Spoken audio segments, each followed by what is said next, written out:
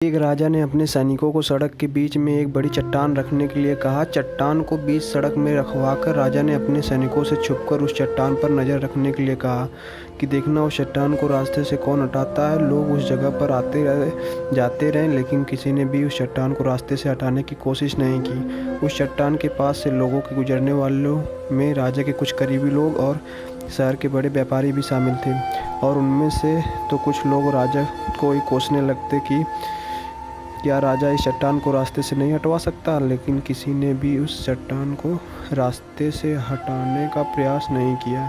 ऐसा काफ़ी दिनों तक चलता रहा। एक दिन एक किसान अपनी सब्जियों के साथ उधर से गुजर रहा था। उसने चट्टान को रास्ते में पड़े देखा और सोचा कि सबको इस चट्टान की वजह से कितनी तकलीफ़ होती रही है।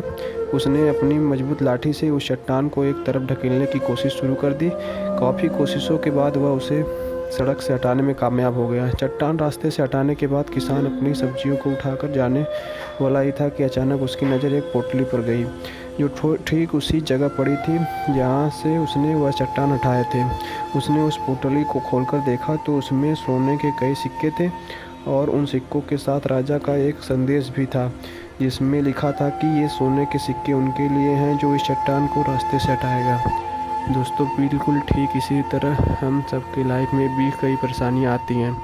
कुछ लोग उन परेशानियों से बचकर निकल जाते हैं और कुछ रास्ता बदल देते हैं, और चंद लोग ठान लेते हैं उन परेशानियों का हल निकाल लेने की, और ऐसे ही लोग मुश्किलों में संभावनाएं और संभावनाओं में छिपे अवसर खोज देते हैं।